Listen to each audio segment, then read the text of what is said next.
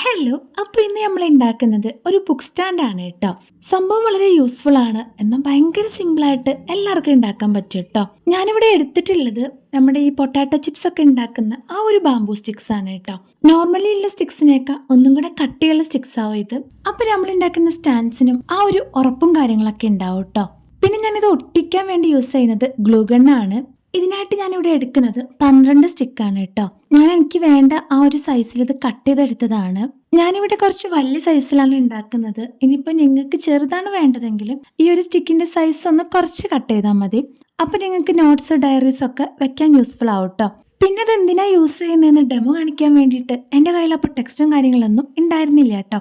താഴേക്ക് പോകാനുള്ള മടി കാരണം ഞാനിപ്പോൾ എൻ്റെ കയ്യിലുള്ള കുറച്ച് ഡയറീസും അതുപോലെ കളർ പേപ്പറൊക്കെ വെച്ചിട്ട് അങ്ങോട്ട് അഡ്ജസ്റ്റ് ചെയ്തതേ ഉള്ളൂ. നിങ്ങൾക്ക് സംഭവം മനസ്സിലായാൽ മതിയല്ലോ. വീഡിയോ നോക്കിയിട്ടൊക്കെ അങ്ങോട്ട് ചെയ്യുക. അപ്പം നിങ്ങൾക്ക് കറക്റ്റായിട്ട് ചെയ്തെടുക്കാൻ പറ്റും. സംഭവം എന്തായാലും യൂസ്ഫുൾ ആണ്, അടിപൊളിയാണ്. അപ്പം അത്രയേ ഉള്ളൂ. ബൈ.